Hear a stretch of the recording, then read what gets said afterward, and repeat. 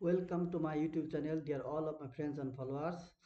স্ক্রিনে যে টেক্সটটি দেখতে পাচ্ছেন একটি পিএনজি স্ট্রবেরি অবজেক্টের উপরে এরকম টেক্সট আপনারা কিভাবে ভিতর এবং বাহিরে অবজেক্টের ভিতর এবং বাহিরে কিভাবে ক্রিয়েট করবেন সেই টিপস অ্যান্ড ট্রিক্স আজকে আপনাদেরকে দেখাবো।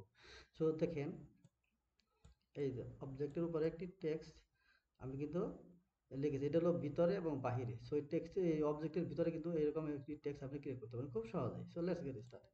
আমি সবটি ডিলিট করে দিচ্ছি। ডিলিট করে দেওয়ার পর আমাকে অবশ্যই একটি পিএনজি অবজেক্ট আঁকতে হবে। সো আমি এখানে রেখেছি। সো এই অবজেক্টটি ধরে আমি ড্রা করে শুধু এই আমার ফাইলের উপর আমি রেখে দেবো, এর উপরে ছেড়ে দেবো এরকম বরাবর। এরকম বরাবর একটি পিএনজি আনার পর আপনাকে একটি টেক্সট ক্রিয়েট করতে হবে। টেক্সট, যে কোনো টেক্সট আপনি নিতে পারেন, যে কোনো কালার, ডাজেন্ট ম্যাটার। তো এখানে আমি লিখবো স্ট্রবেরি।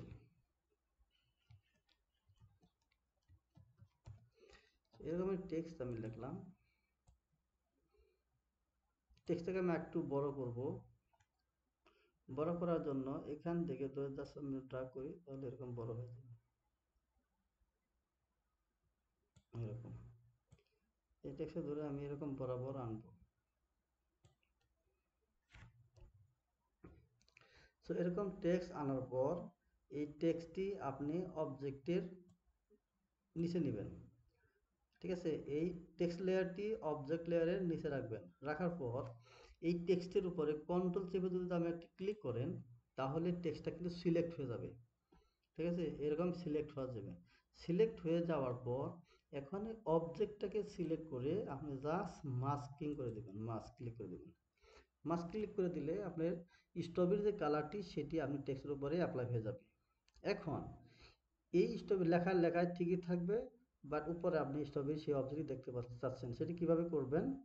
সো এই যে এখানে মাছ লেয়ারটি সিলেক্ট করে এখানে আপনাকে ব্রাশ টুলের মাধ্যমে, ব্রাশ টুল যে কোনো একটি সাইজে ব্রাশ নিতে পারবেন, অ্যান্ড দেন এখানে ফরগ্রাউন্ড কালারটি হোয়াইট রেখে জাস্ট আপনি ড্র্যাগ করবেন।